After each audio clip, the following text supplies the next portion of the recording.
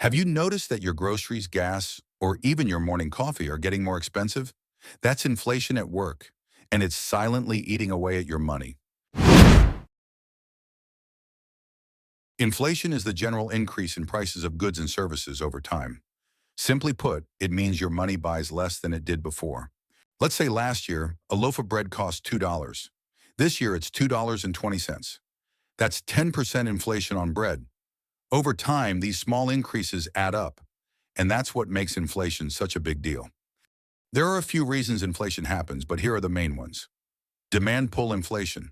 When people have more money to spend, demand goes up, but supply stays the same. Prices rise. Cost push. Inflation.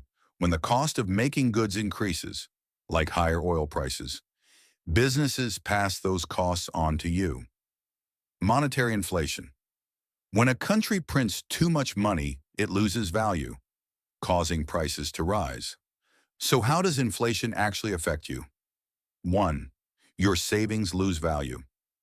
If your bank savings account earns 1% interest, but inflation is 3%, you're technically losing money. 2. Daily expenses go up.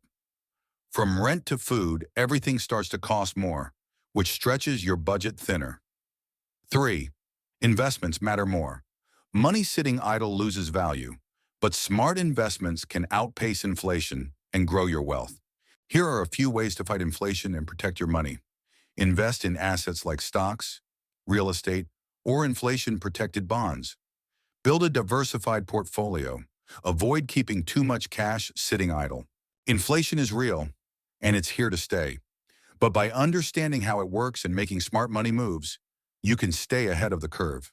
If you found this video helpful, hit that like button, subscribe, and turn on notifications for more personal finance tips. Got questions about inflation? Drop them in the comments.